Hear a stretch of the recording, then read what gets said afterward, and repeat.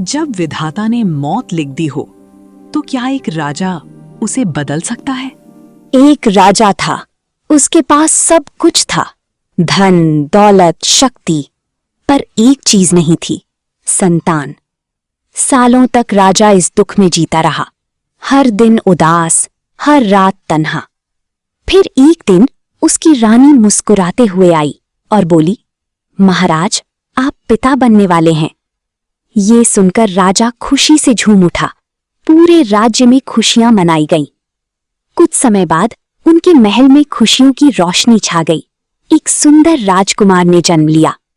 राजकुमार के जन्म की खुशी में राजा ने पूरे गांव में दान दिया। मिठाई, अनाज और कपड़े सबको खुशियों से भर दिया। लेकिन सिर्फ 5 दिन बाद रात के अंधेरे में एक विधाता आई जो उस बच्चे का भाग्य लिखने लगी।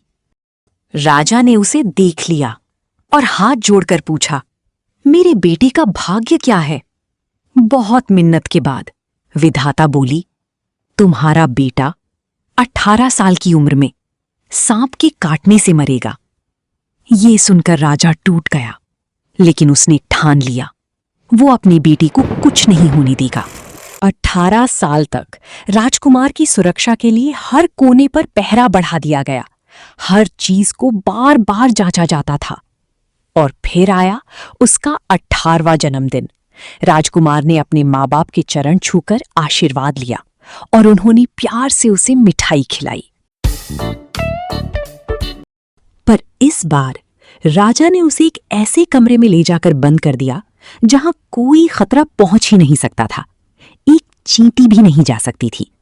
राजा राजकुमार से बोला, आज तुम्हें पूरा दिन तुम्हें यहीं रहना होगा। बंद कमरे में राजकुमार के लिए हर खाने पीने की चीज रख दी गई थी। राजकुमार ने रात को खाना खाया और आराम से सो गया। लेकिन राजा को फिर भी चिंता हो रही थी। वो खुद राजकुमार को देखने गया। उसने दरवाजा खटखटाया।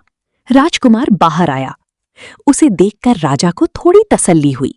उसने पूछा, तुम ठीक हो ना? राजकुमार मुस्कुराकर बोला, हाँ पिताजी, मैं बिल्कुल ठीक हूँ। ये सुनकर राजा निश्चिंत होकर अपने महल में जाकर सो गया और राजकुमार भी वापस सो गया। अगली सुबह राजा जल्दी ही राजकुमार के कमरे के पास गया। उसने दरवाजा खटखटाया, लेकिन काफी देर तक कोई जवाब नहीं आया। अब राजा घबरा गया। उसने तुरंत सैनिकों को दरवाजा तोड़ने का आदेश दिया। दरवाजा टूटा और जैसे ही राजा अंदर गया, उसने जो देखा उससे उसकी पैरों तले जमीन खिसक गई। राजकुमार जमीन पर पड़ा था। उसका शरीर काला नीला पड़ चुका था। ये देखते ही राजा शॉक हो गया। अब आप ही बताओ दोस्तों, इतनी कड़ी सुरक्षा के बावजूद राजकुमार को सांप ने कैसे काटा होगा? कमेंट में जरूर बताना।